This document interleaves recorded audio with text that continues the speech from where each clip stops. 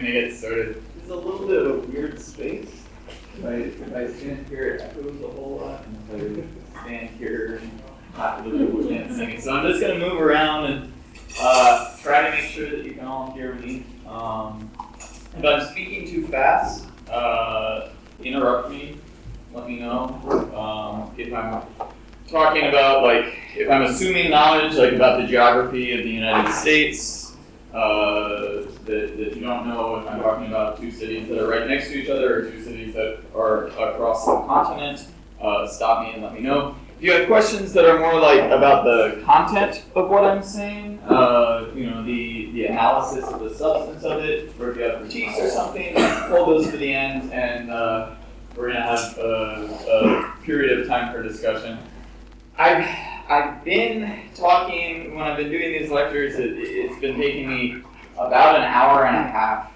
I'm going to try to go faster than that, but so far I'm having a hard time, so just be prepared. And I'll do my best to be quick, and definitely we'll have time for discussion at the end.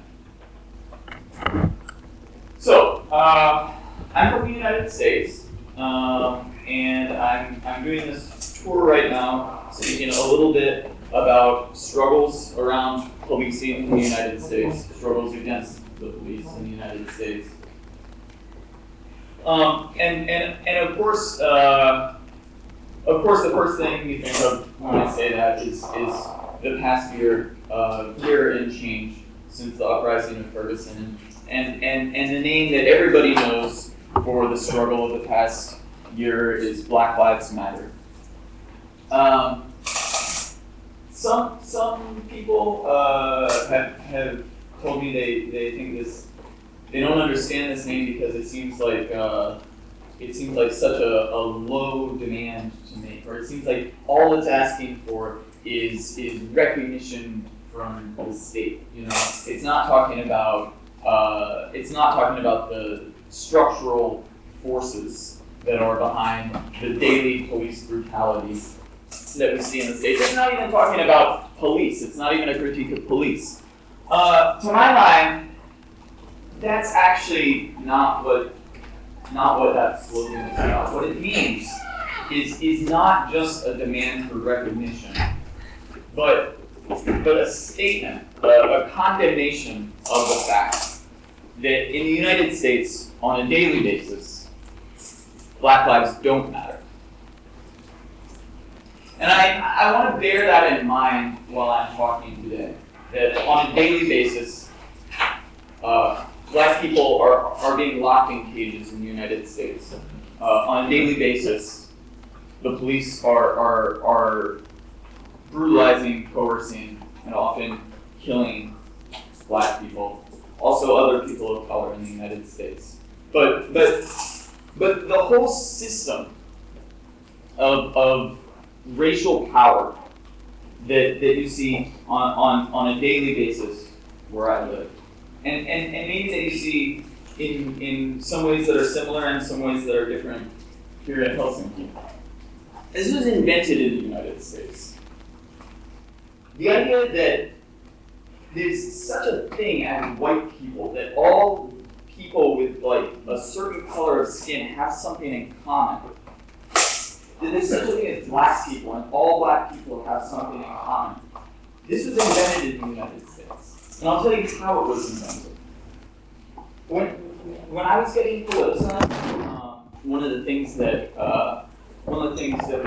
we heard about all the time was like factory farming, right? You know, these warehouses of animals considered livestock who were confined to the point where they couldn't move, you know, where they were smelling the stench of death all around them.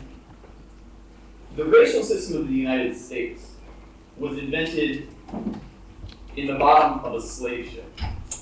And in the bottom of the slave ship, the conditions that I remember hearing about the factory farms when I was being politicized, that was the conditions that people kidnapped from Africa were experiencing. Chained body to body, sitting in their own piss and shit, and strangers' piss and shit,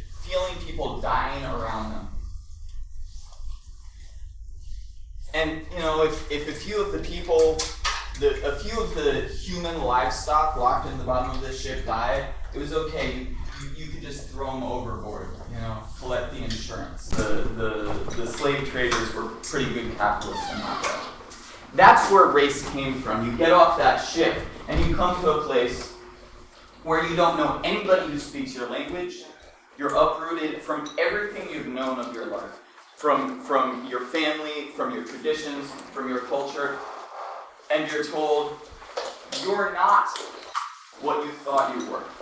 You're not your language, you're not your culture, you're not your family, you're not the people that you're tied to, you're black. And what that means is you're a slave.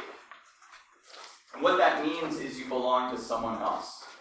Now, obviously, slavery has been legally abolished in the United States for a little over 150 years. But the system of power, the structuring of society that was created hundreds of years ago as the foundation of the country I live in, that persists to this day. And one of the primary ways that that system of power is maintained is through policing.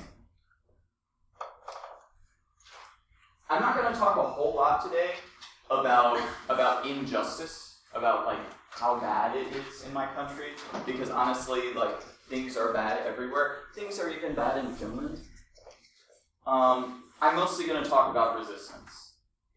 I'm going to get into some details of resistance. And since I'm an anarchist, a lot of what I'm going to be talking about is details of what anarchists have done over the last 5 or 6 years in struggles around policing. But while we're talking about these details, while we're sitting in this room talking about what worked, what didn't, second-guessing things, figuring out strategies, I want to have it in the back of my mind, and I want you to have it in the back of your minds, that there are people dying, that there are people locked in cages. And that's the context for what we're talking about.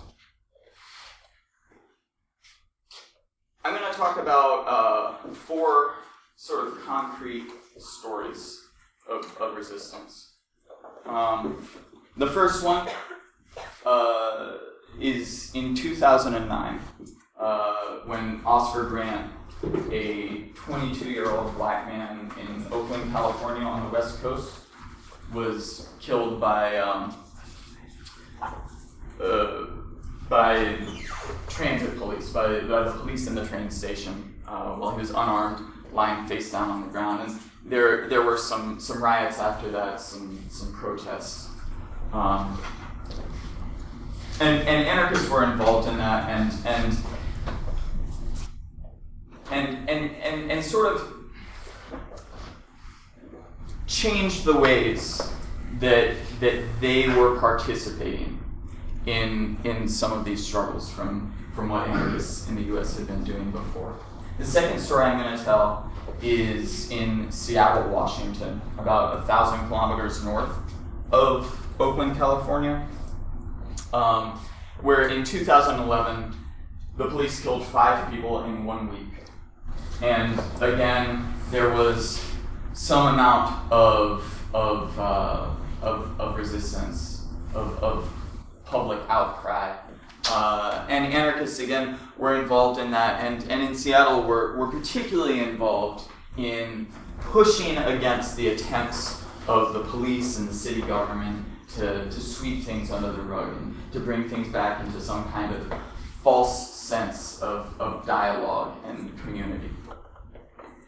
The third story I'm going to tell is one that anarchists participated in but weren't central in at all, and this is the story that begins in 2013 when a young black man named Trayvon Martin was killed in Florida in the southeast United States. And there was a trial of the man who killed him, who was not a police officer, but it was a highly politicized trial.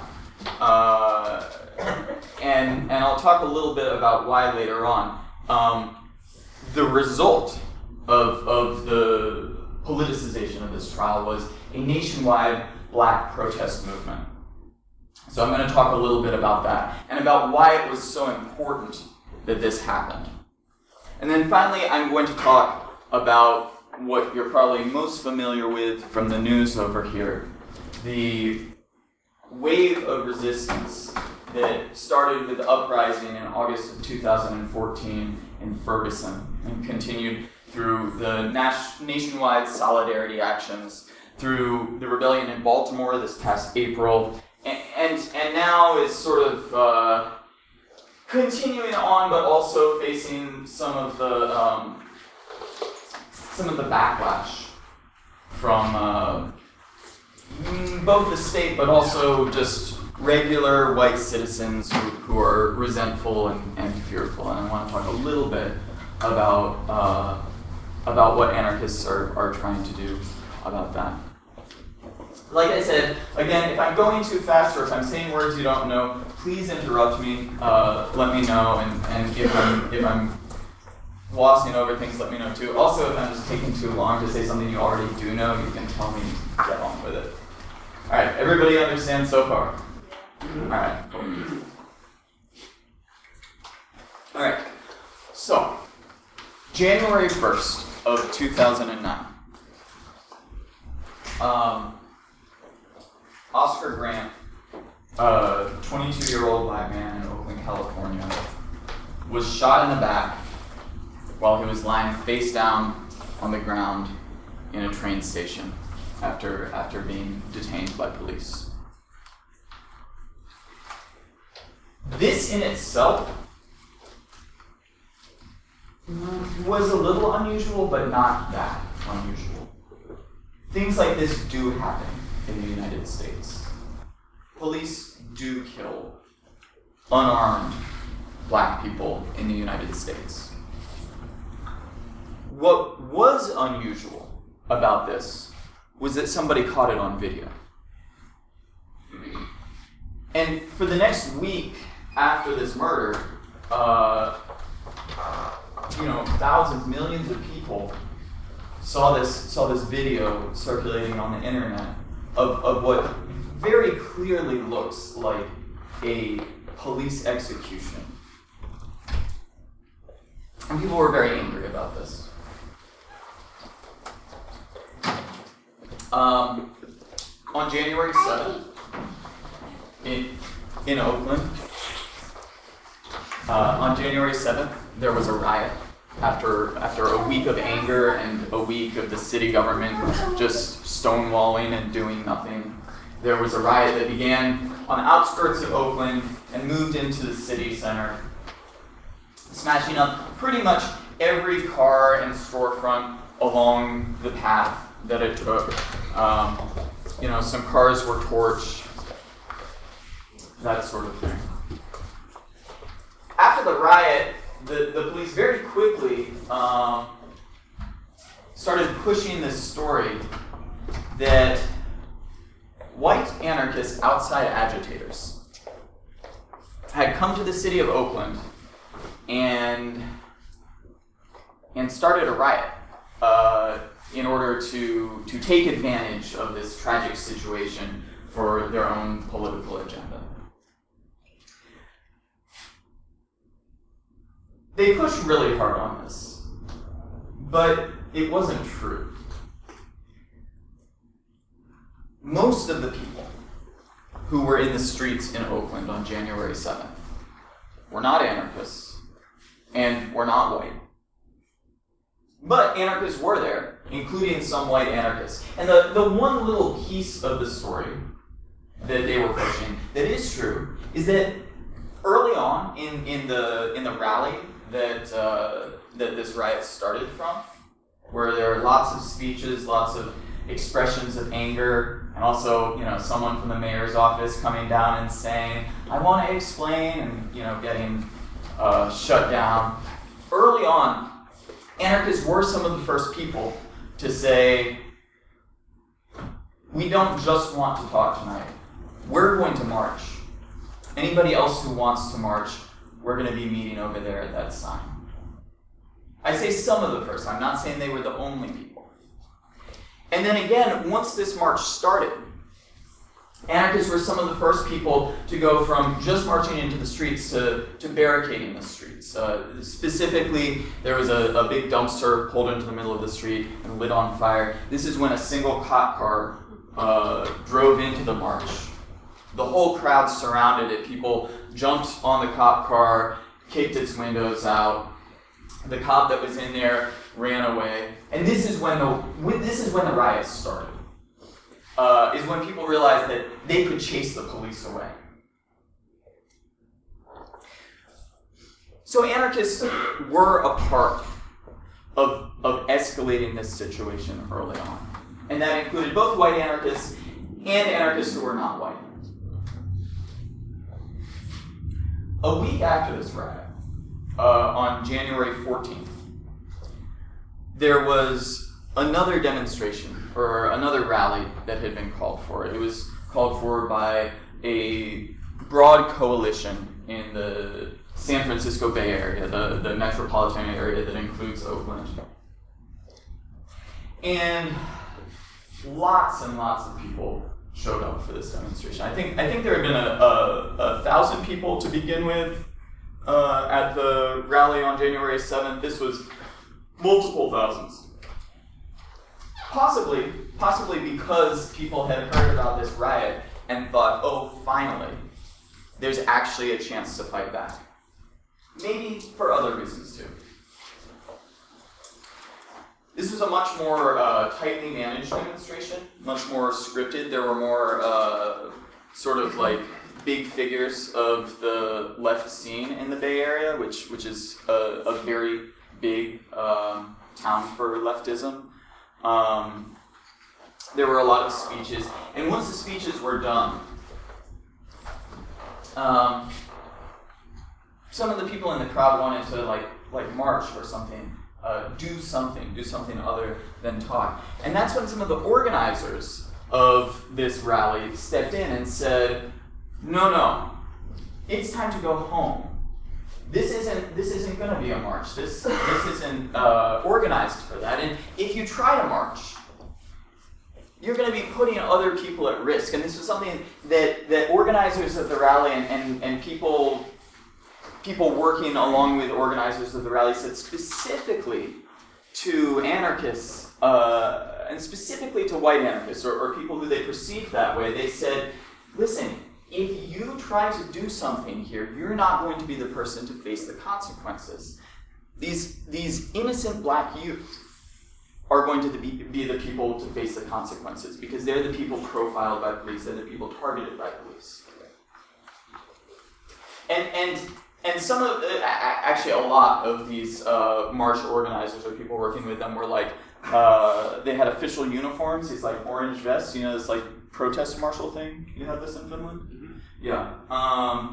And after some arguments about questions of risk and accountability and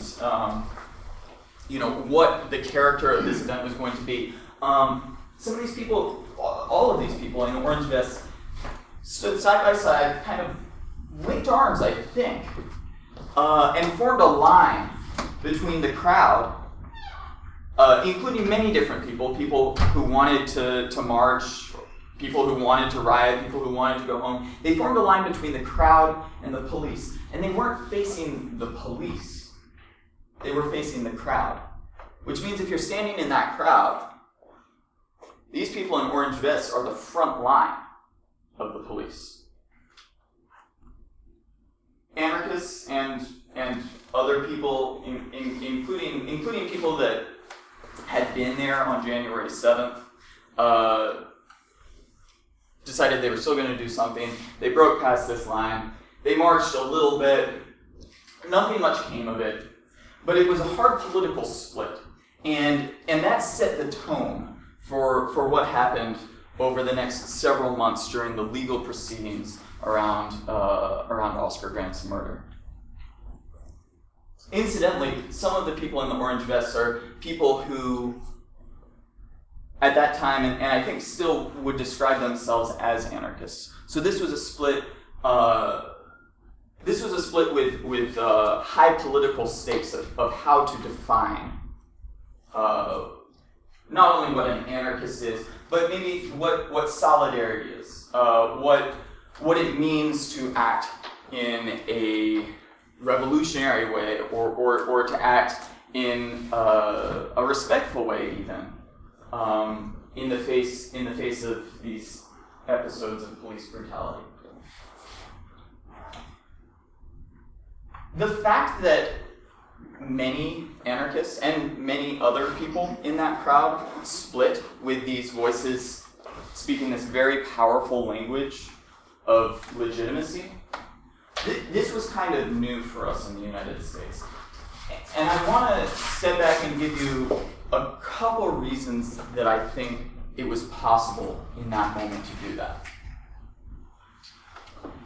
One, this was 2009. It was coming at the end of the anti-war movement. The anti-war movement had involved a whole lot of political alliances among people that agreed about something very broad. They agreed that there shouldn't be a war in Iraq, and that could be because they were, against capitalism in the state, or it could be because they were pacifists. It could be anything. And those coalitions had produced very large demonstrations, but for the most part, powerless demonstrations. Nothing had happened. The war still went on. And then in 2008, there was a presidential campaign. And most of that broad coalition poured its energy into supporting the first black president of the United States. The campaign to have this person in office, the campaign to have anybody but Bush. That was the language that they were speaking.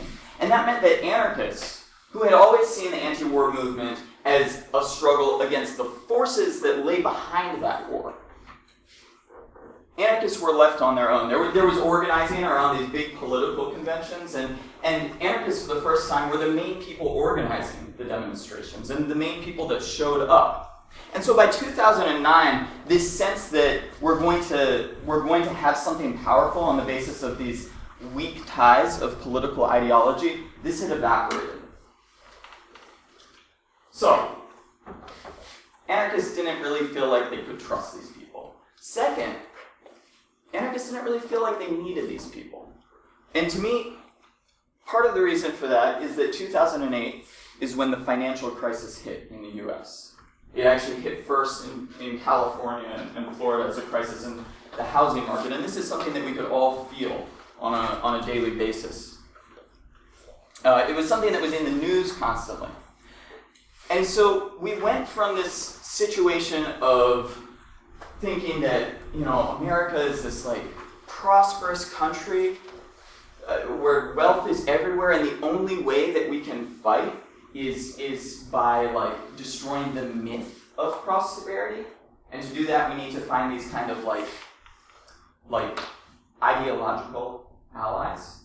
We went from that situation to this situation where it seems like actually there are angry people who are ready to fight everywhere around us. Everybody knows that they're missing out in the capitalist economy. And all we have to do to find those people is to take the first step and to break out of this kind of social peace and let some of these antagonisms come to the surface, and then we're going to find other people that want to fight alongside with us. Now, I'm not saying that this hypothesis was true, that we ended up finding natural allies, but it was one of the things that sort of shaped our perception of what we were doing at that time. And then third, and this might be the biggest reason that anarchists felt like they could act based on their experience in the street with strangers rather than acting based on what somebody else told them about the right way to be an ally.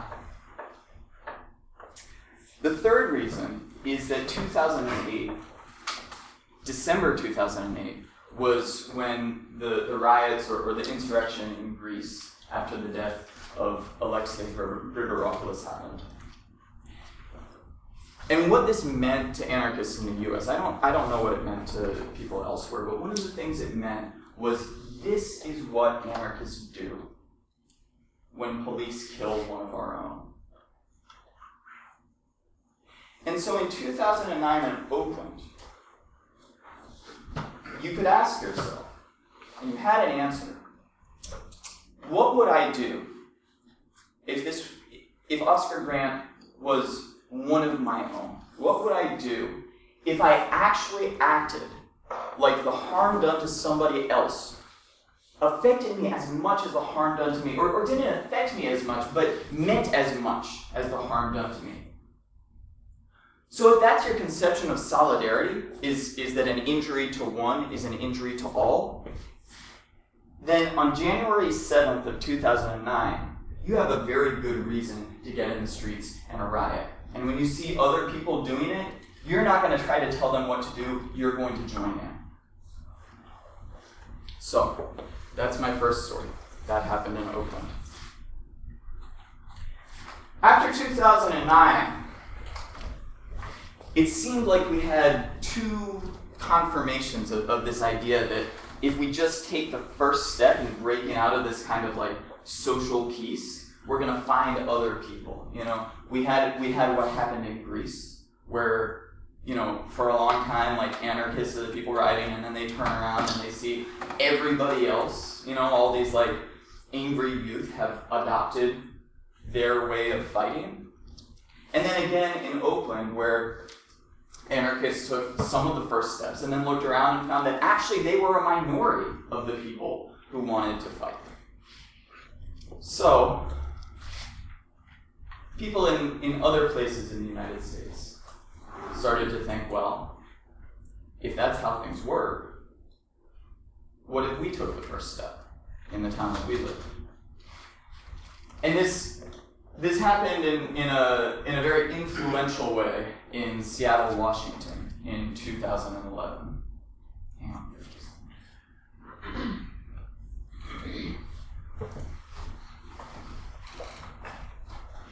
In the summer of 2011, in August, the police in Seattle killed 5 people in 1 week. The first person that they killed was a 50-year-old indigenous man named John T. Williams, who was carrying a closed pocket knife in a park or something.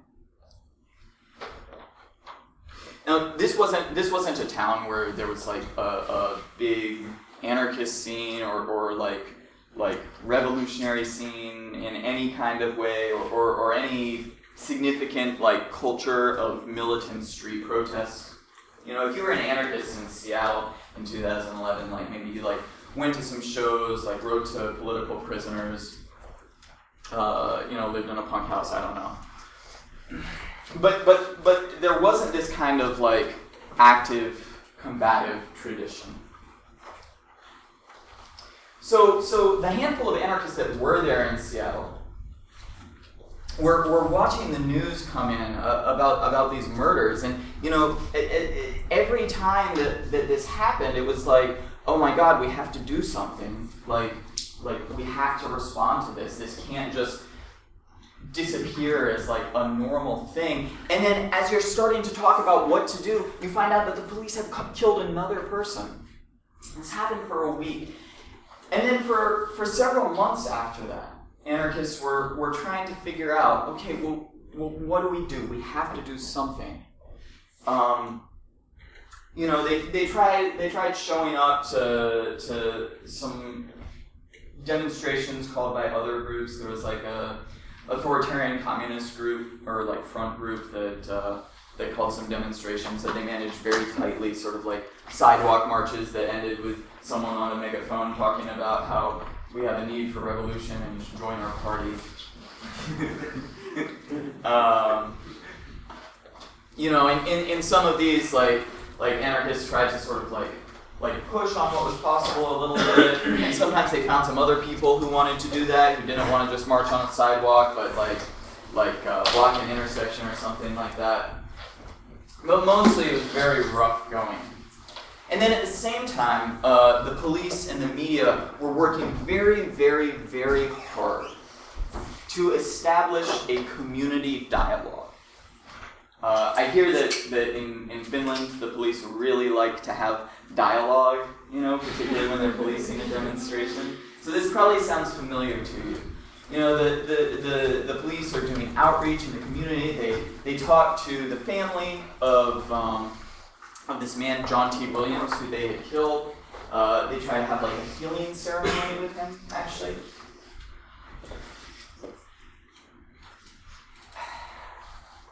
And for anarchists and for other people in Seattle who have experienced years and years and years of police violence, it was clear that this dialogue thing, this was about control. It was about making sure that there was no pushback.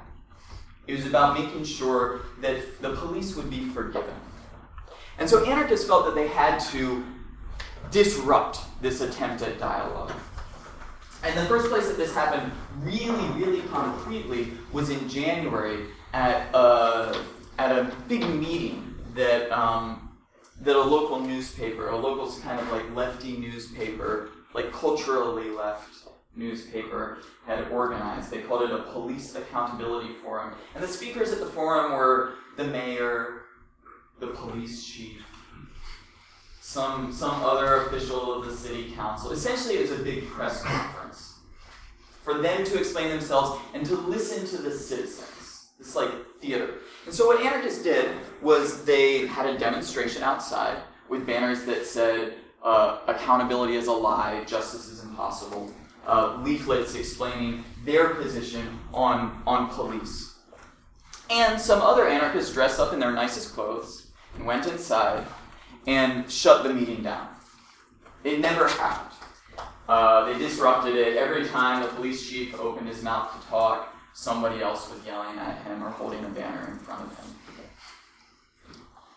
A few weeks later, anarchists organized a demonstration of their own that wasn't going to be tightly managed by this authoritarian group. It was small. It was a black bloc of like 100 or something like that. The crowd itself was maybe 200, but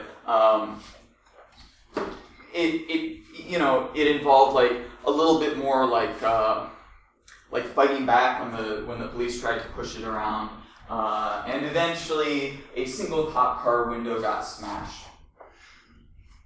And this was big news in Seattle. It was reported nationally as a riot that this one window had been smashed.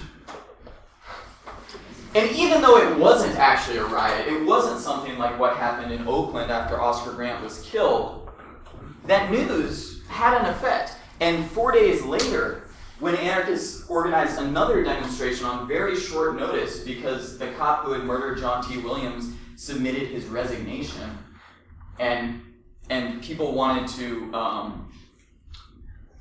demonstrate to show that this wasn't just about one bad cop or one resignation, 10 times as many people showed up to the demonstration.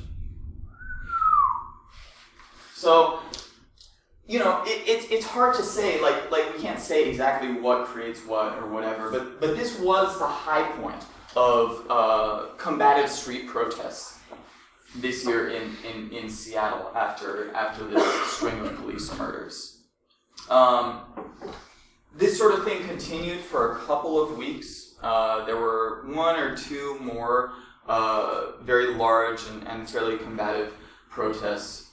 But after not very long, the police started saying, well, this bad cop resigned and we keep trying to have dialogue and nobody will let us.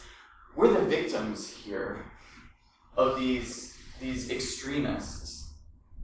And we need the help of good citizens to be safe in the streets of Seattle. And actually this was somewhat effective and was able to isolate anarchists and other people that were trying to fight. It was able to isolate them enough that by March, when there would be a demonstration, the police were able to really shut it down without worrying too much about their public image. Like I said before, Seattle was not a town where there was a lot of like culture of combative street protests. And one of the things that the anarchists in Seattle did as all of this was happening is they really publicized, like nationally. They publicized what they were doing, and one of the things they said is, we are finding that when we take this first step, we find other people that also want to rebel. And if we can do it here in our town where we've got nothing going, then you can do it in your town. And since we all know that police violence is going to happen wherever you live in the United States, because that's the society we're in, you can think about what are you going to do when that happens? And that was influential for anarchists elsewhere in the United States. So over the next couple of years, there were several of these kind of small flare-ups after police murders. This happened in Denver, Colorado. It happened in Atlanta, Georgia. It happened in Durham, North Carolina. There were also instances of this that anarchists were really pretty marginal to, or even absent from, in Brooklyn, New York, in Anaheim, California, I think Santa Fe, New Mexico. And this happened enough times that by 2013, we were asking ourselves. Sorry. Yes. Can I just say something about Seattle before you go on? Please. Graham and Martin. Yeah. I've read the Burning the Bridges that they're building, Yeah. which is really interesting. I think it's awesome that they have written it. Yeah. And I've been also spreading it in my small bistro to people here exactly for that reason, because it feels like we're in Finland, there is nothing comparable to that. And of course, we won't just start going, we can talk about this later, going into huge riots immediately, but you have to start from one stone, yeah? So I think it's really, really empowering in that sense. I've always tried to push it to people in that sense, that it starts slowly maybe in some cases. Yeah. And grows, hopefully. Yeah, and that certainly was the way that a lot of us experienced that. Was that the thing you wanted to say? Yeah, it was just yeah. and I'm also distributing it. Yeah, totally. So when I run out of them, get them. Yeah. It really was like that for us. And you know, there's also this other side to it. You know, if you read that zine, if you read the stuff that was coming out from Seattle at that time, there was a little bit of this like this kind of crew mentality. You know, like anarchists are like a gang or something like that. And sometimes that could get problematic. And particularly like in Seattle after this cycle, it definitely established this like culture of like street militancy, so that like May Day events in Seattle for several years after that were like much spikier than elsewhere. But at the same time, they experienced a lot of repression in the Northwest, and it took a lot of work to build some kind of like cushion, some kind of like social cushion, because of this like this idea that anarchists are just like fighting their own personal grudge match against the police. And you know, maybe in some cases it was necessary to like think of yourself that way to like to get to the place where you could act. But I don't think it's a model that I don't think that's an ideal that people should be going for, because it can create a lot of problems too, and it can make it hard to sustain the struggle over time. While anarchists were sort of like seeing this happen, and you know, these small little flare-ups were happening in many towns when the police murdered somebody, we were sort of asking ourselves, like, where is this going? Is this just going to be the new normal? Because the police are still killing, and now, okay, so we have a pattern that the police will kill somebody, and there will be some protests, and maybe a window will be broken. That doesn't add up to the value of a life, you know, and we all know this. So in 2013, after seeing this, we were asking, like, like what's going to happen with this, and trying to figure out where does it go. And I don't think we ever came up with the answer, but what happened instead is that other stuff started to happen that we ended up just catching up to and bringing these experiences that we had and these questions and this analysis into it. So I'm going to talk a little bit about that. In 2013, in Florida, in the southeast United States, a 40-something-year-old white man named George Zimmerman killed a 17-year-old black man named Trayvon Martin. I say George Zimmerman is a white man. Actually, if you look at some of the media, you'll see something that, oh no, like he's like a little bit Latino or like a little bit something. The reason I say he's a white man is because part of the way that race works in the United States is that some people over time, and this has happened historically over and over again, get to decide whether or not they're going to be included in good white citizens. And in that moment where George Zimmerman followed this young black man through his neighborhood and shot him dead,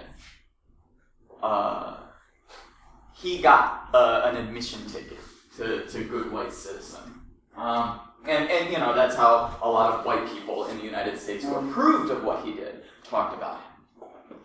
So that's why I say that. The story is that this guy, this 40-year-old man, was driving back to his house late at night and saw a black teenager in a hoodie, like walking through the neighborhood, and he was like, oh, this is a problem. This kid must be up to no good. And so he called the police, and he said, police, there is a young black man walking in my neighborhood. Will you please come here and do something about this? And the police, because it wasn't their idea this time, the police said, no, we actually can't do anything about that. It's not a crime. You should just go home. But he didn't go home. Instead, he followed this young black man through his neighborhood. He got his gun.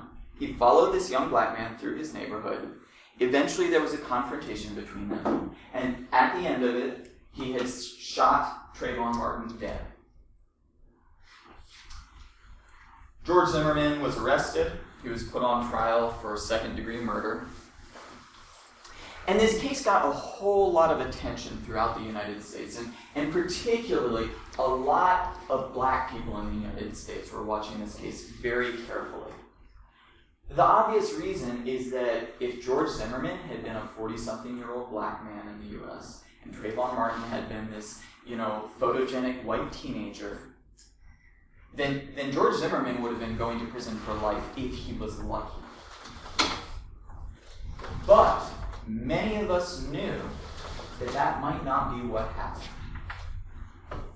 2013 was also a big anniversary year. It was 50 years after Martin Luther King had marched on Washington and given this speech where he said, I have a dream that my children will be judged by the content of their character and not the color of their skin. And in 2013, here's this 17-year-old who has died because of the color of his skin. 2013 was 150 years after Abraham Lincoln made the Emancipation Proclamation, where he said that all black slaves in the rebel states of the South are going to be free. They're not slaves anymore. We're going to abolish this. Of course, he actually didn't abolish slavery everywhere in the United States, but that's another story. And 150 years later, in 2013, you could look around and say, what has changed? 50 years later, 150 years later, what has changed? There are 1 million black men locked in cages in the United States, in the prison system. What has changed? Slavery hasn't gone away. Lynching hasn't gone away. I want to say a little bit about lynching and about the history of race in the United States, because I don't know how well this is understood over here. The first police in the United States were not like urban patrols. You know, it's not like the police on the Thames River in London. The first police in the United States were slave patrols. And they weren't civil servants. They weren't people working for the government. They were ordinary white citizens. They had a status under the law. The law gave them the right to go find black people who were doing the wrong thing, running away from the plantation, and to bring those people back or to torture or kill them themselves. But they weren't civil servants. And then later on, when slavery was abolished and there were no more slave patrols, that institution remained. And it split. It split into a legal wing, you know, the authorized police forces, and then this other wing that was just ordinary white citizens who were going to take the law into their own hands. And so after the Civil War, there were decades of these lynch mobs is what they're called. So like 50 white people get together in the South and find a black person who they think has committed some crime. And they track them down, they carry them away, they torture them and kill them. And what the official legal mechanism said about this is, well, this is unfortunate, but there's nothing we can do. People are very angry. There's a natural antagonism. There's a natural antagonism between black... What means like antagonism. There's a natural conflict between black and white people, and there's nothing we can do about that. You know, white people don't like these black people who get out of their place. And so these like citizen murders were happening with the collusion of the state, with the permission of the state. And so for decades and decades, alongside the official state, the official legal mechanism in the United States, there was this other decentralized structure of coercion that was just the deputized white citizen. Deputized is like the word for these white people in the slave patrols that had the authorization of law. And that is the history that people were remembering in 2013. Here is a modern day lynching. There was a blog post in July of 2013. This was while the trial was going on, but before the verdict was announced. And this older black lawyer who I think had like a civil rights background, he referenced this whole history. And he referenced, 150 years, 50 years later, and he referenced something that James Baldwin had said in the 60s, that if America didn't solve its race problem, if white people don't solve their race problem, it's going to be the fire next time. And in this blog post, the fire next time, he said, an African Spring is coming to the United States. He was referencing the uprisings in Tunisia, Egypt, and so on. An African Spring is coming to the United States. And so in 2013, lots of people were talking about something big coming. And when the verdict came down that George Zimmerman was not guilty of murder, and in fact not guilty of any crime and could go free, there were protests across the United States. I don't know the number, but it was probably in the range of 150. And these were predominantly black people in their own networks of coordination, holding these protests. Sometimes they were very peaceful and oriented towards the media, and then in some other cases they were more about disrupting and blockading things. In Houston, Texas, there was a highway blockade, which kind of became an inspiration for a lot of what happened in 2014. In Oakland, California, the city that I was talking about earlier on, there was 2 days of looting and burning. So there was a little bit more of this militant protest culture there. And this is also when some of the organizational forms that flowed into the struggles of 2014 were set up. There was a group called the Trayvon Martin Organizing Committee, I think is what it was called. And it was just sort of this like loose network of communication that coordinated protests in several of the towns that had protests. This was also when the hashtag Black Lives Matter was created by a group of queer black women in San Francisco. And this flowed directly into 2014. So, that's what I'm going to talk about next. I'm going to take a minute. Does everybody understand what I'm talking about so far? I know sometimes I get geared up and just talk very fast. Okay.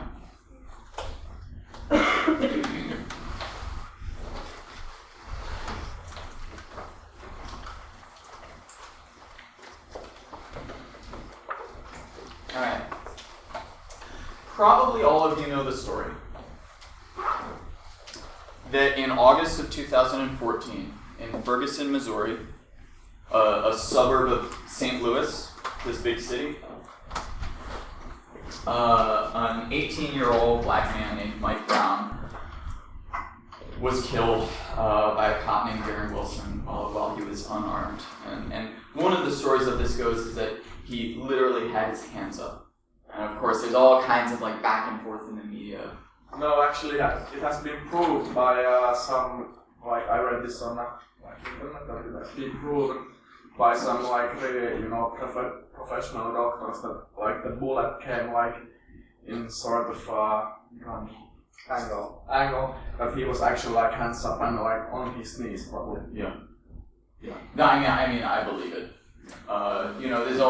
There's always this, back and forth about details about these kinds of police murders. The media sort of spins into, high gear, and all of these details turn into this kind of distraction of the fact that this is just, everyday reality.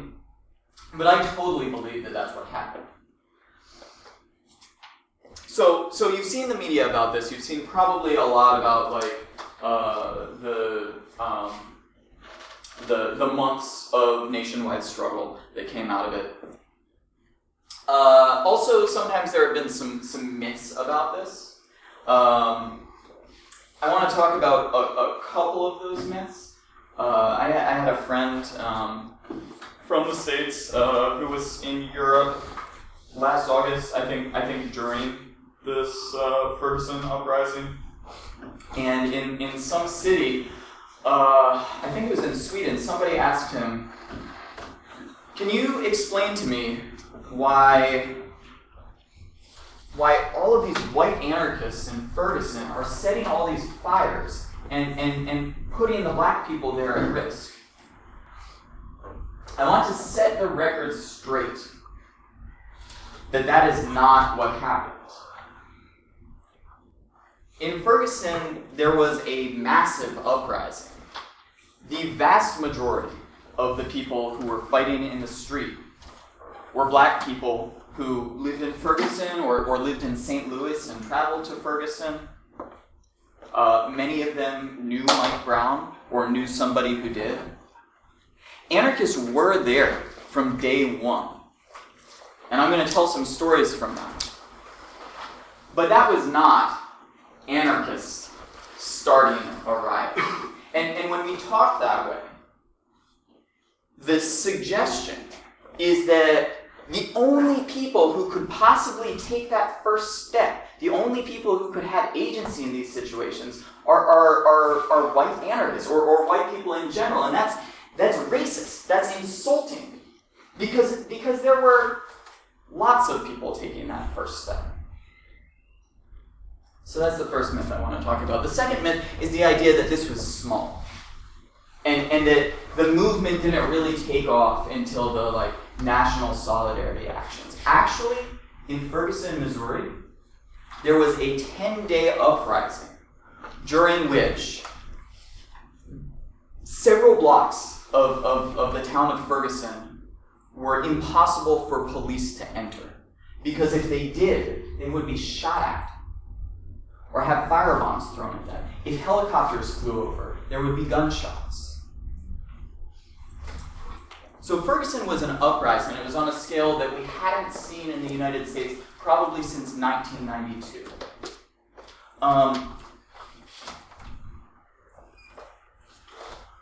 Oh yeah, third, yes. This is one that I've been forgetting to say in other times, but actually I think it's really important.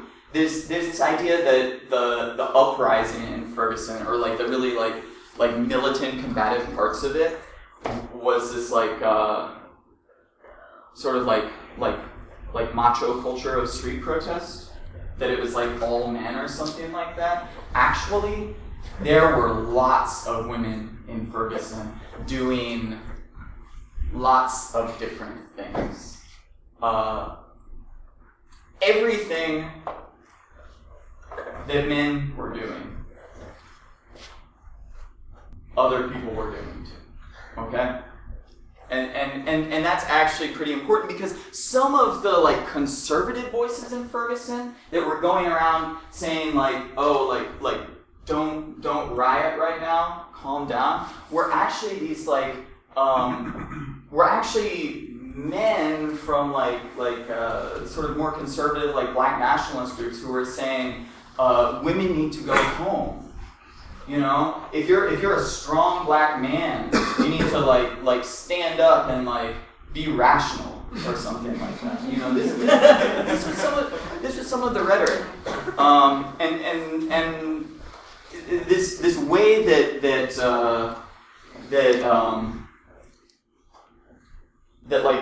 like gender expectations or like coercive gender gets deployed in these situations. It is something significant. It's something that anarchists are interacting with all the time. Like I said, anarchists were in Ferguson from day one. I want to tell just a couple stories about that. You know, for one thing, anarchists did make some contributions.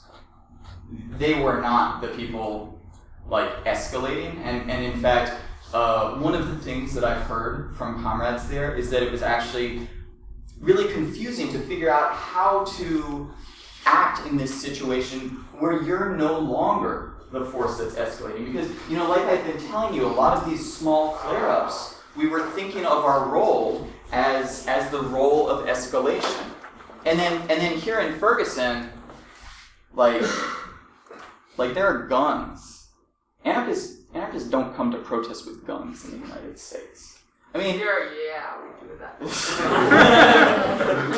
I heard there's a lot of guns in but like Molotov cocktails, that kind of thing. That's very uncommon for most anarchists' experience in protests in the United States. There were cars cruising up and down this like main avenue where police couldn't go, and that's one of the reasons police couldn't enter it, was because there was nowhere for their vehicles to go. And of course, if they tried, some of those cars had people with guns inside them. So anarchists this whole time were trying to figure out a situation where they were not the people escalating and just like catching up to tactics that other people were bringing. I really don't want to romanticize this.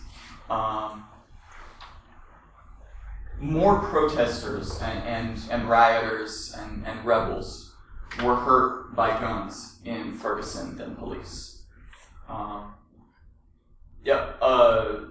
comrade of ours nearly died from this. There's this way that sometimes we talk about struggle as if it's this like quantitative thing, and the more militant it gets, like the better, or something like that. When you actually start to see this happening, that's really not how it is. I think tactically, guns were one of the reasons that the uprising lasted as long as it did. But it's not all nice. And then the other thing about that, and this was something that people started to experience a little bit in Ferguson, is that once you have weapons introduced into this like uncontrolled situation in a serious way, the power dynamics within it change a lot. Because in an actual rebellion, there are always going to be conflicts among the people rebelling, not just against the larger forces. And no one was like holding guns to each other's head, but the fact that you know that some people can changes your sense of what's possible in that situation. Like I said, anarchists did contribute a few things. The fact that most of the rioters in Ferguson, after the first couple of days, were wearing masks, and you can see this in the photographs. This was largely an anarchist contribution to the culture of what was happening.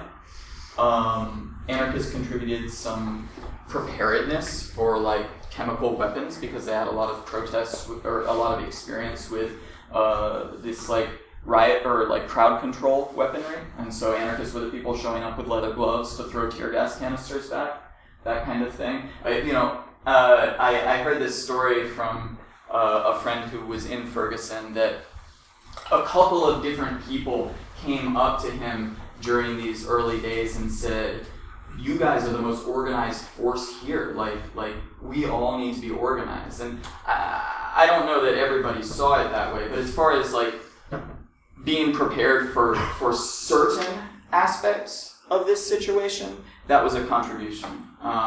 Also, like graffiti was kind of an anarchist contribution, and the way that became part of the culture of this rebellion was like putting up messages about it. Anyway, for the most part, anarchists were catching up. After 10 days, this federally funded police force called the National Guard came in and crushed the rebellion in the street.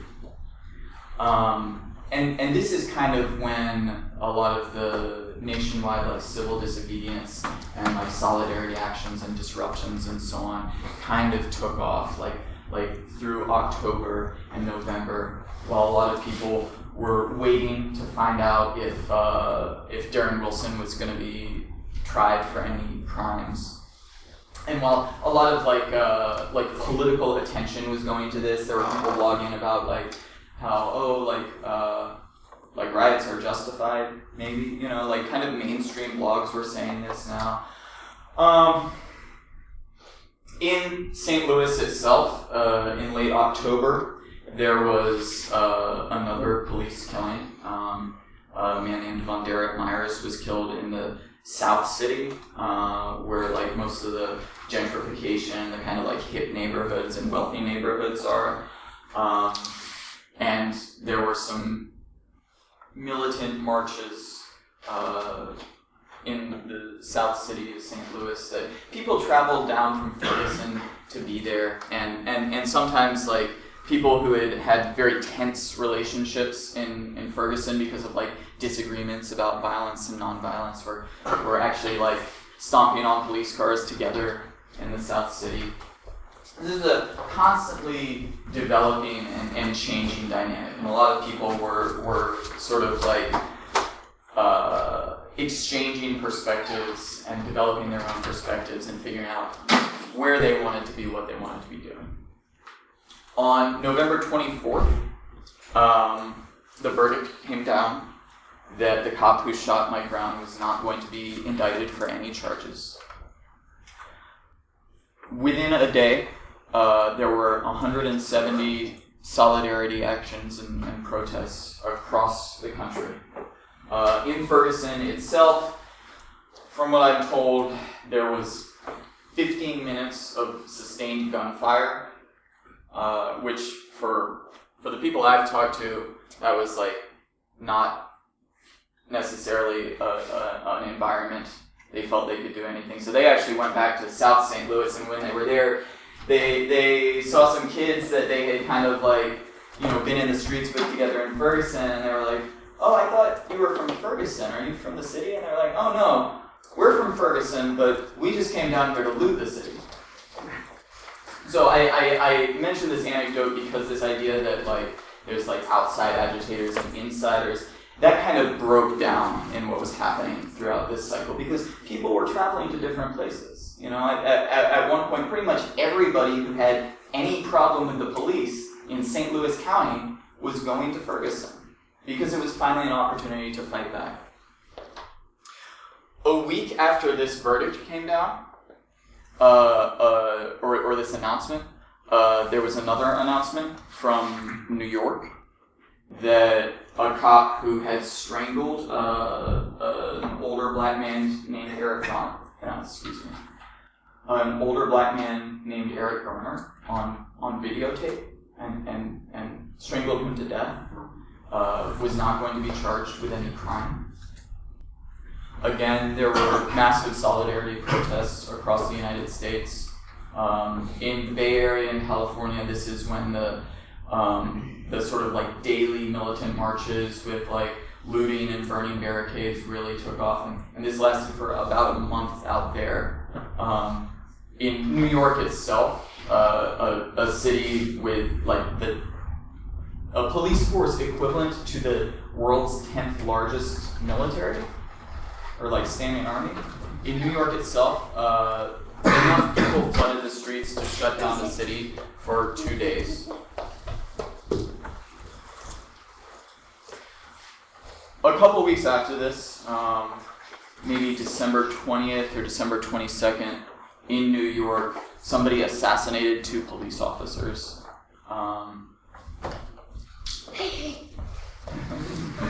There was a kind of a like media storm about this. The New York Police Department or like police union or something said this is because of Black Lives Matter. You know, this is because of this protest movement that created the idea that people should just hate police. You know, and then like cops started dying. The police went on strike in New York, not a full strike, but a slowdown strike where they only enforced the laws that they wanted to enforce. And a few days later, by Christmas Day, this cycle of the struggle was pretty much over. We thought that it was going to be a while before we saw anything on this scale again in the United States. So for us, when there was a similar uprising in Baltimore that was really on the scale of Ferguson in late April and early May of this past spring,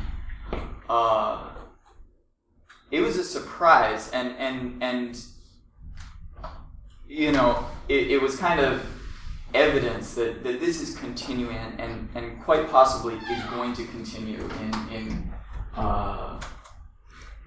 very militant ways. The other thing that we started seeing in April and May is an intensification of this kind of backlash against the uprisings. In South Carolina, in Charleston, South Carolina, this like young white supremacist kid went into a black church and shot 12 people dead. Did you guys hear news of this over here? Yeah. And you know, the media all was like, oh well, this crazy person, you know, this crazy person committed this random murder. We have to do a better job at like psychotherapy or something like that. But actually, like this was a very targeted act. You know, you can read his manifesto, and essentially the logic is the state is failing to control black people. Ordinary white citizens like me, like Dylan Ruth, need to step up to do the state's job to control black people. And so if there's an uprising in Baltimore, I'm going to retaliate somewhere else because, you know, all black people are the same or something like that. So this kind of like random terrorism was really not so random. It's part of a broader wave of backlash where at the same time, throughout the South, there were several arsons of black churches. This is something that echoes what happened in the 60s during the Civil Rights era. And there were also like more like Ku Klux Klan rallies, Nazi rallies, this kind of thing. I don't think that we've figured out what to do with this, and that's something that I'd be interested to talk about here. It's not as simple as just finding a few extremists. There's the broader social body of, kind of like resentful white people who see these mainly black uprisings as a threat to their security rather than as a possibility for their own liberation. And we haven't figured out what to do with that. I want to say a few concluding things, kind of in summary, and then open this up for discussion. First, as I've been reflecting over the past year, I really think that there were multiple movements going on at the same time.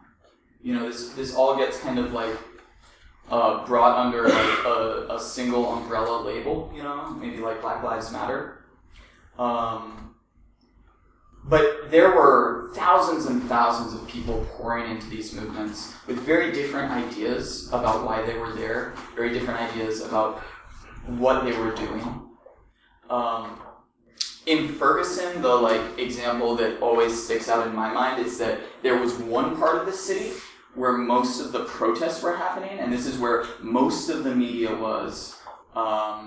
Most of the people like doing social media were around the city government buildings and the police station.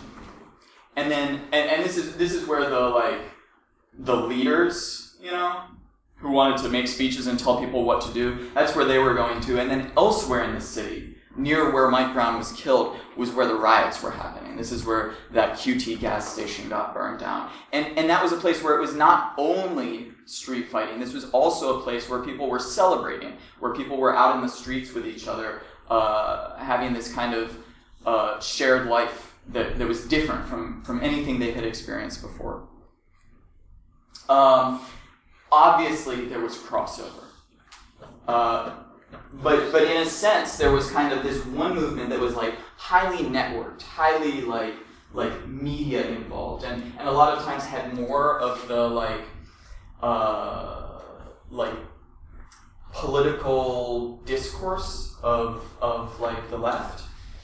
And then there was this other thing going on where actually, if you're rioting, social media is not really your friend. If you're throwing a firebomb at the cops, nobody needs to be live streaming that.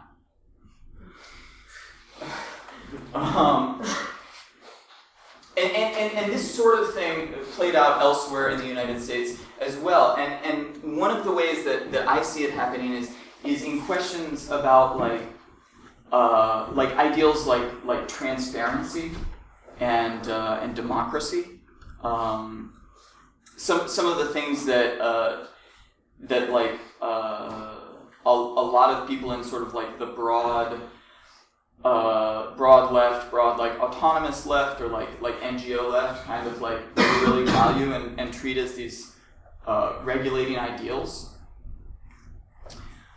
Sometimes there were conflicts about what happened in the street based around these ideals, and one of the issues in these conflicts is that an uprising doesn't come out of a General Assembly.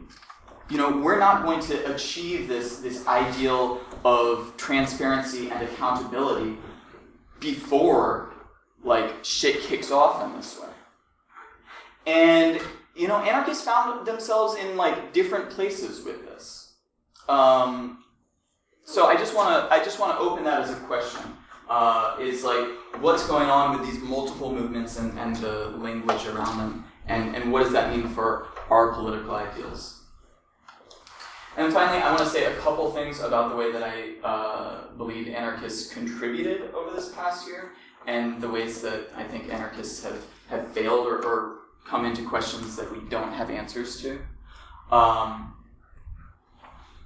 One of the major contributions that I think anarchists have made in the United States is that we've been one of the only voices telling white people, you have a stake in this.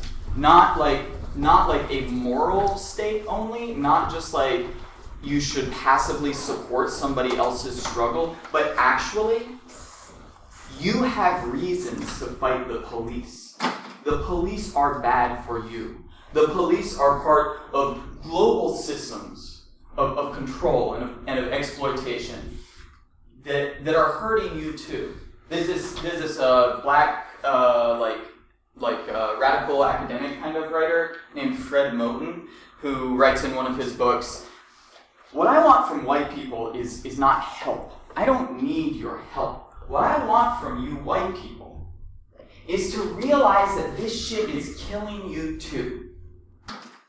Even if it's more slowly, it's killing you. You dumb motherfucker." This is what he says in his book. And anarchists have been one of the only voices in the United States saying this in a broad way. And with that, anarchists have also often been the only, or some of the only white people actively participating in like riotous kinds of actions in the streets. And that really does mean something when you realize that at some point in these riots, the military comes in, you know, and the political ability to crush these things is different if there are at least a few white bodies in the way. Maybe that's not enough to make a big difference, but it does matter. So we've been telling people this, and for those of us who are white, we've also been doing that. Our failures, the way I see it, is first, we've had this idea that, like I was saying early on, we would step into these like moments of conflict, and that's where we would find, our natural allies. We would find the people that we can actually like build affinity with and act together with in the long term. And for the most part, even though we've experienced these like relationships of trust in the street, those relationships haven't lasted. In a way, that's not that surprising. These are intense and brief moments. But in Ferguson, there was 10 days to get to know each other, and for the most part, that stuff dissolved. Part of the reason, in my mind, is that anarchists really don't want to come into these struggles with the idea of capitalizing on them. Like taking this moment and then turning it into an investment in an organization. And particularly in the United States, if you're talking about a white anarchist coming into a majority black struggle, and then like being like, oh yeah, we're struggling together, why don't you adopt my ideas and my forms of organization? That doesn't fly. But I don't think we've come up with another answer to what we do to have something lasting come out of this. Our other major failure, as I see it, is that we knew the non-state white backlash was coming. We knew it was going to happen because that's just how things are in the US. And we didn't really prepare. We were so concerned with always pushing the language of being against the police in these struggles. What is an anarchist? An anarchist who is not just against police accountability, but against the police as such. And that's right, but we were so focused on that we really didn't pay any attention to other structural forces that are not the police, even though we knew that they were going to come into play. And so once this backlash started happening in a public way, like we fought Nazis or whatever. We showed up at Klan rallies to fight them, but we only interacted with this in a reactive way. And I don't have answers for what it actually would have looked like to anticipate this. But I feel that it's important. It's a way that we haven't found our role. I want to close, and this is really and truly the closing, I want to close with a story from a comrade in St. Louis who was there in Ferguson. I talked to different anarchists from a number of different cities before I came here, and I asked them, what is the one thing that I should bring to Europe to tell them this is our gift from the United States? And so I asked my friend in St. Louis, what should I bring to Europe? What should I tell people? And he thought about it for a little while, and he said, what anarchists need to prioritize is empathy and humility. We don't usually think of those as like combative traits, you know? They're not like particularly theoretical or analytical. It seems like you can just put those aside and do the like pure anarchist things without worrying about like, that's just stuff about being a good person, you know? That's not part of the anarchist struggle. But actually, when you're actually part of a moment of rebellion, those things do matter in your ability to fight alongside other people. And to illustrate this, my friend told me a story from the first day in Ferguson. He was there with another comrade.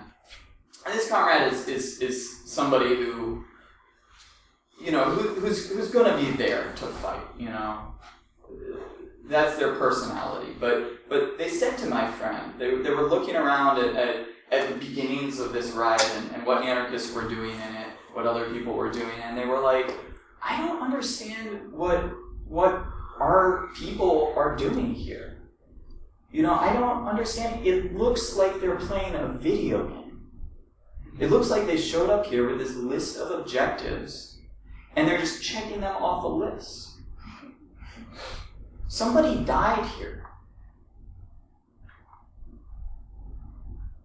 Some people in other towns have asked me why I don't have a slideshow for this.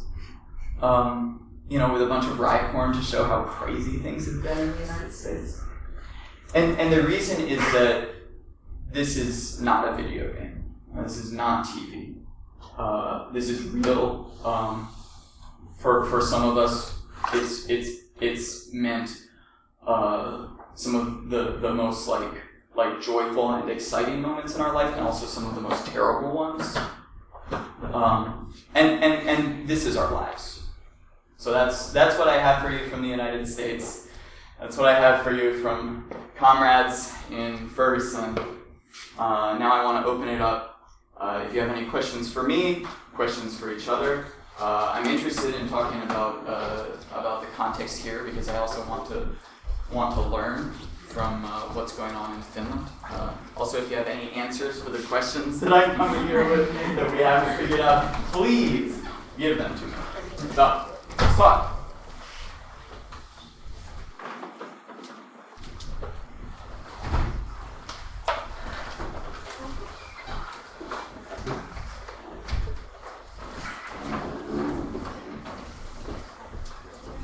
I can start. I don't want to be the only one talking, but I have lots of comments and questions. One thing that I wanted to ask is, how do you feel about, well, I went to the US, I was on my way from New York to North Carolina, and that weekend of November when Darren Wilson was Yep. And then I heard from the people that I was riding with that a person in Brooklyn had been killed by the police. Yeah. Okay, girly. Yeah, Akai Girl. The day before, unarmed, totally innocent, whatever. Yeah. There was no reason, and it was just the scared police who shot him to death. And then when I was riding away from there, from North Carolina, we heard in the news that another person had been killed in Cleveland. Yeah, Tamir Rice. Tamir Rice, exactly. So I was wondering, since on Sunday the stuff started in Ferguson, on the same Sunday when Tamir Rice had been killed, I was wondering just why stuff didn't start happening in Cleveland, Brooklyn, New York, or elsewhere for these two people. I know that there's people being killed all the time, white people also, by the police, but I was just wondering, since it was the same weekend, when stuff started to happen in Ferguson again, it was very intense. What do you think? I don't know. It was just something I've been wondering really. Yeah. Well, I mean, for me, this, I don't know, this is part of this bigger question that I have of like, when people had taken the streets of Ferguson and were defending them, like, why wasn't there anything else happening across the country? Like, why did that shit have to wait until the rebellion had already been crushed? You know, throughout this whole cycle of things, there have been these moments where it's like, obviously, something should be happening, and it just hasn't. But I don't know the answer. I think part of it has to do with, you know, the biggest like.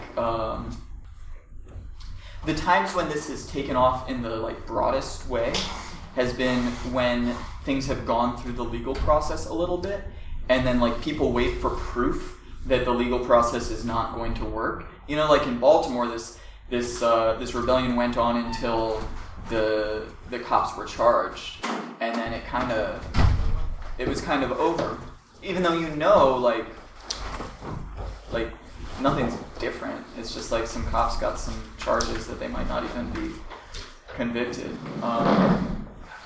But yeah, I mean, I think that's a major difference between this and some of the ways that like struggles like this have generalized elsewhere in the world, is that there's still this attachment to the legal process, even when people don't feel that. You know, even when people don't trust the legal process, they act like they trust. And I don't know why. I think part of that is just like, this shit seems so hopeless, you know? So like, people want to hold on to any kind of hope that they're given.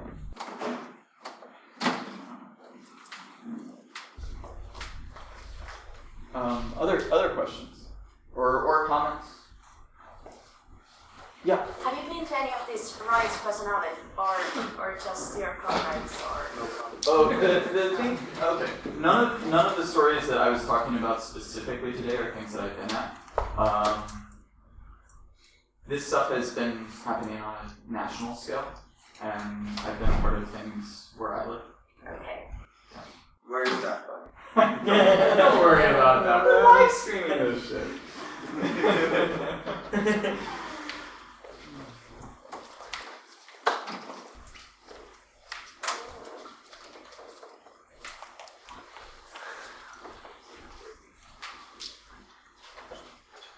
Other questions or comments? Yeah.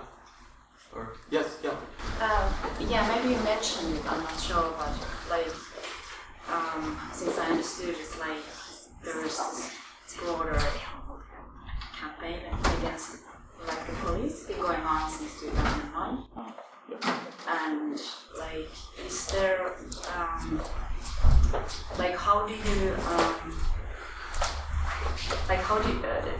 you get this like information to the people? I mean, they are like there's all these riots and stuff, Right. and street protests. But like, is there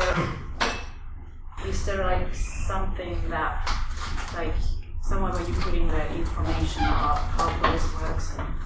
Yeah. I mean, there are like a number of different kind of like, I don't know, propaganda projects, for lack of a better word. You know, like websites and stuff like that. There hasn't been like a organizational presence, you know, of like, there's not like a like campaign against a campaign to abolish police that like people can join or anything like that. But yeah, I don't know, like websites, zines, magazines, posters, that kind of thing.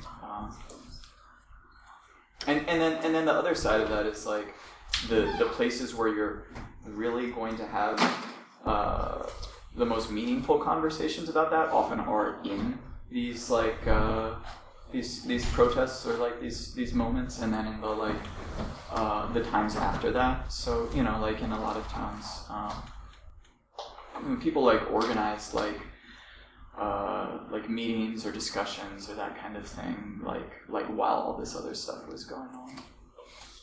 Yeah. Does that answer your question? Yeah. Sort of. Yeah. No, it's just yeah. Yeah. How do you deal with the dilemma that currently the anti-fascism movement in Finland is very wide-led? Yeah. But then again, the consequences of protesting, if you're a person of color, is totally different Right. than for a white person. Right. So, how do you stop the movement from centering whiteness Right. when people of color have problems? But Yeah.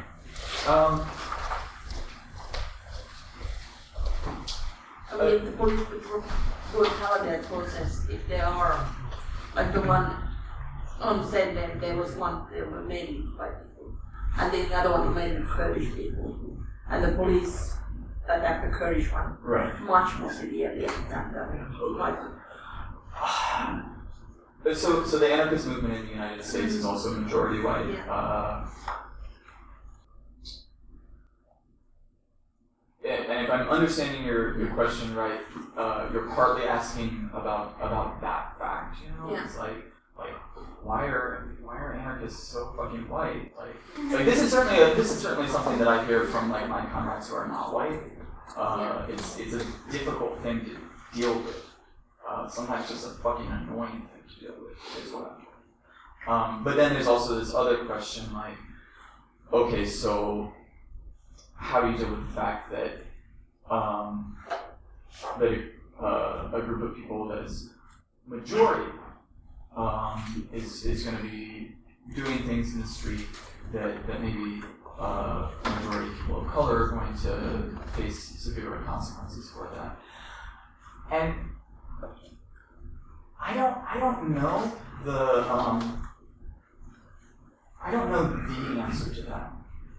One of the stories that I heard from Baltimore is that once the National Guard came in, there was this curfew put in place, and different people would like stay out. Oh yeah, I saw pictures on Twitter about it. Okay, yeah. How it affected how the white people were, like able to. Exactly. So the police were very hands off with the white people and very brutal with people of color, mainly black people that were out after the curfew. One of the ideas that I hear sometimes in the U.S. for dealing with this fact that different people face different consequences is essentially like that these should be sort of like separate struggles or something like that. You know, that like white people, since they don't face the same consequences, should be like doing their thing elsewhere, or like doing support work for something that like they're not necessarily like fighters in. And to me, this example from Baltimore tells me the exact opposite. You know, because that's an example where like, you know, white people were like, well, we don't want to like, you know, mess up the black struggle, so we're just gonna like have our party somewhere. But it's totally ineffective. It doesn't stretch the police capacity. It doesn't make the police any less brutal. This group of black people. Now, there are probably various reasons this was happening. This kind of separatism was happening in Baltimore. But in general, my feeling about this is that if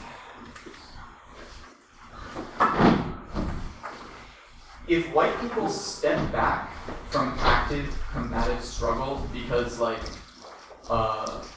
some people of color don't want them there, and definitely there are some people of color who don't want me there in the streets. But if I do that, I'm betraying other people of color who maybe are involved in this like active combative struggle, who do want me there. There's a story about this from Ferguson where a comrade was was up there on the second day of the uprising, and the first day it kind of like turned into this like riot, and on the second day there was this big meeting at a church in Ferguson, and most of the people were there, and so my comrade went there. He's white, and he was physically removed from the space, and some people were like, this is a black space, we don't want you here. If you're an anarchist, we don't want you here. We don't want that anarchist shit here. And what he did is surprising to me because it's not what most anarchists I know would do. At least most white anarchists I know are like very scared when they hear something like this because it's this like feeling of guilt and like I shouldn't be centering my own convictions. What my friend said is, I'm not going to leave. I experience police violence. I probably don't experience it in the same way that you do. But I have my own reasons to be fighting against the police. And I think about this every day, and every time the police do this shit, I've been showing up, And what happened at this point is that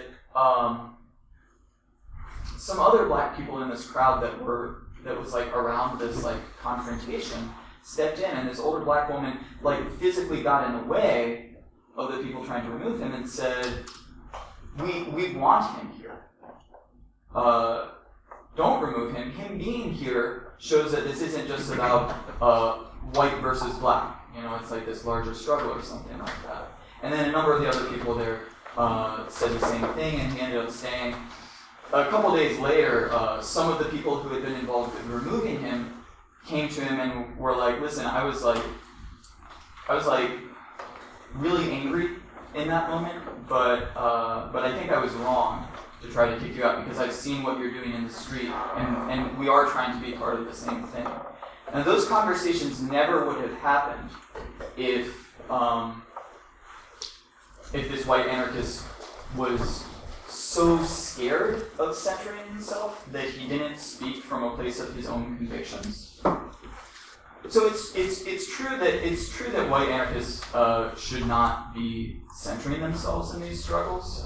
Certainly, white anarchists were not in the center of things in Ferguson. But at the same time, I'm very concerned about this other thing where we work so hard not to center ourselves that we're unwilling to speak from a place of our own convictions. And that doesn't even feel respectful to me, to people that I'm talking to. Like, if I respect you, I'm going to tell you where I'm coming from, and I'm going to listen when you tell me where you're coming from. So I don't know. I know that's kind of an anecdotal answer, but that's my vantage point. That's my perspective on this question. Other questions? It's kind of like comment or slash story. I don't know, was the year 2012. I don't know, correct me if I'm wrong. But there was this one person in the police custody actually like tortured to death with this taser. Taser. He was shot like 9 times, and even one can be deadly. And cops actually admitted this whole case, and it was on these big newspapers. But it was like 1 year after this, and it was like totally isolated. What happens here, I think, like oftentimes like media and cops really trying to isolate these cases. It's only these, junkies or anarchists or. This is in Finland that you're talking about? Yeah, sure. And I don't remember right, but I think like nothing happened. Even they admitted that they had killed this guy. And 1 year before, like 2011, there had been like 4 at least like arrests against cops like in few months. And I don't know. Is it just like media is so powerful, really like trying to isolate these cases? like, because there has been a lot of police violence against like protesters and like other people as well. But I don't know, is it just like, I don't know, anarchists cannot like get capability of, you know, spread kind of like the solidarity. I don't know. Because this was really like nothing happened, you know, even though they admitted that. Since we're running a little low on time, can I just like give a couple more minutes for if anybody else has quick questions for me, and then I don't know when the space needs to close, but I'd like to stick around here, so if people want to just have one-on-one conversations, we can do some of that after. But I want to make sure anybody who wants to ask a question in a big group still gets a chance to.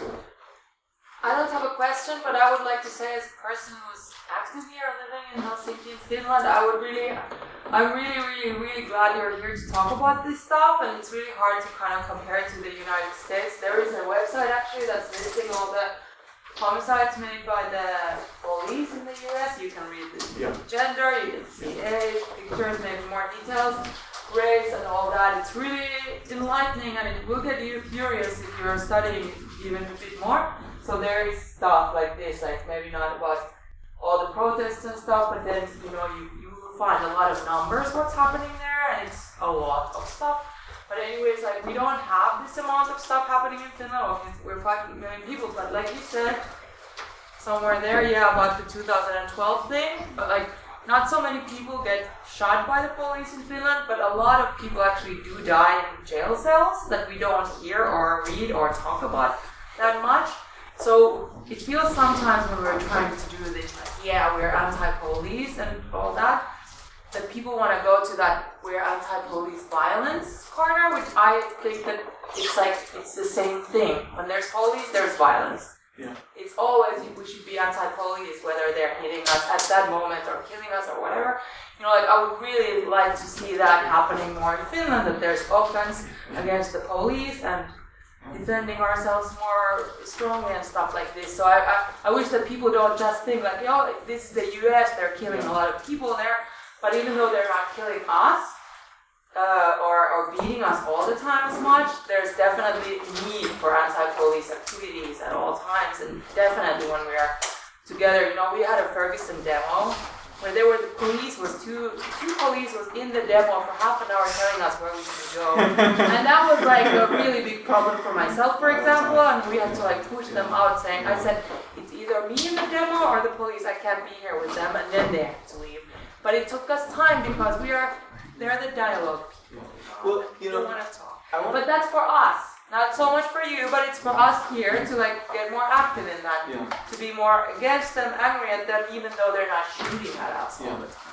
I want to say one thing about that. For me, coming from the US, as long as people in the US can point to places like Finland and be like, oh, police are good somewhere, and have this myth, as long as people in the US are doing that, we're going to keep having these kinds of false solutions, sucking up the political energy where I live, and that actually allows this very brutal police violence to continue. So I feel like what you're saying is very closely connected to what we're dealing with. And then let me just take if there are any other questions before. Okay, so 1, 2, 3. Anybody else? Okay. 1, 2, 3. I don't have any experience with this too, but in Finland the police violence kind of mostly happens to people whose problem is that they take too many drugs or something. But and that's the point where there's a silent majority being willing to look away. Okay, this guy was a junkie, he died in the prison cell, so who the fuck cares? That's kind of the and here it also seems that even the anarchists sometimes behave like this is not a problem. Okay, drugs, we don't want to have anything to do with this thing. There's this zine that I used to have in my distro, but someone just bought the last copy. but you can find it on the internet. It's called Against Innocence. It's by someone named Jackie Wang. And it talks about this idea that, like, in these struggles, there's constantly someone, like, trying to define the struggles based on, like, the innocence of the victims. And that's part of the whole cycle of violence, you know? So I would highly recommend that to anybody. It's a little bit academic in places, but I really feel like it's worth reading. But yeah, I totally feel you with that. And it's hard to deal with that practically when you have this silent majority, but it's necessary. Yeah. Yeah, I think that was kind of a good point that it's really, you know, isolated cases. And also, like, in Finland, people are so obedient, you know. So a lot of people who are, for example, going to demos and stuff, they face the police repression also, but not only people. And I think it's really good that you had the presentation. It was really interesting. Because I think a lot of the times, you know, Finland, it's not getting anywhere easier, you know, like with the police repression and stuff. So I think, like, people should also, like, continue this discussion afterwards, and, you know, how to deal, because it won't end here, you know. It's getting, like, all the time harder to do stuff with the demonstration, for example, here. You know what has happened, you know, with anti-racist demonstrations, like, a couple of weeks before, also last week. So I think this is really, like, should be discussed also what to do in the future, and, you know, defend ourselves as not always, like. I sort of just have an anecdote to add to that. Police have been getting a lot of new toys here in the past couple of years. One of those is this kind of crowd control. They call it, here it's designated FN303, I think. It's like shoots paintballs or balls filled with pepper spray to mark troublemakers, and of course hurts like hell. And they actually purchased them after some police department in the US, I don't remember which city, it's some major city. Boston. Yeah, got rid of it after someone died from Okay, last question or comments, and then let's split up, but still stick around and talk for as long as you're allowed to. Well, I'm from Russia, and here in Finland, if we talk about the police, like, it's completely soft. It's super soft for me. But anyway, like, I'm a migrant, I feel myself that I can't be arrested, I can't go in jail, etc. So I can be pushed, even maybe I shouldn't, because I'm like wife. So, but I don't know how it's working. I know how it's working in Russia, what I could do, what I couldn't, and, like, what consequences happen. Here I don't know. And yeah, but for me, like, there is some talking police. I never see like something like talking police. The person who go and talk in Russia, this is completely assholes. And, like, but well, now I didn't see that going to talk. But you don't know. Firstly, you don't know that they're cops, and second, you could know because they look disgusting and horrible, so you can be sure that for sure are cop.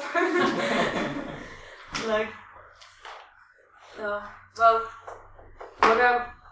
I don't know if I now break the agenda, if I'm, like, starting to ask about the USA elections. Yeah, because, well, I haven't read a lot about it, and even if I read something, I can't know that what atmosphere do you have, and for me it's like looking like this is some kind of spectacle. Like, this is like Democrats, they have this Obama, he's black, but, like, this is a protest and, like, people are dying, and now there's quite interesting about this two socialists which go up from the Democrat, and actually this Donald Trump, like, what the fuck? Yeah, it's a total fucking circus. So people have no choice, actually. If I will be, like, in my mind, well, from my thoughts, like, I will never like award for the person who are fucking rich like because from conservative like parts. So I don't know. Tell something about this atmosphere. What is it? Oh, okay. So it hasn't gotten close enough to the elections for everybody to be like talking about it all the time. Well, I don't know. Mostly it's just weird, and it's a joke for everybody. Like, not for everybody. There are people who take it seriously, but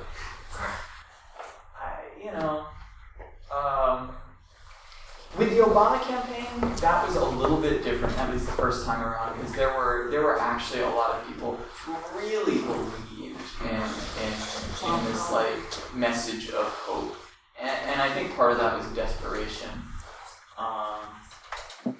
But everybody saw how that turned out, and then now I think probably there are people who really believe in Donald Trump because they're like, finally somebody is saying what I think and he's not afraid to say it. That's the thing you hear about Donald Trump's success in like some popular opinion, is that there are these people who are like so like resentful and angry and just like tired of like political correctness and like all this, and they're like, finally I hear that voice speaking to me through television, and it's a billionaire. But those are the people I'm worried about. I don't give a shit about Donald Trump. What worries me is that there are people who see themselves in that, and that's, for me, that's where the anarchist struggle at is. It's not so much in like the individual politicians. Alright, maybe we can continue these conversations in small groups or one-on-one or whatever. Thank you so much for coming and for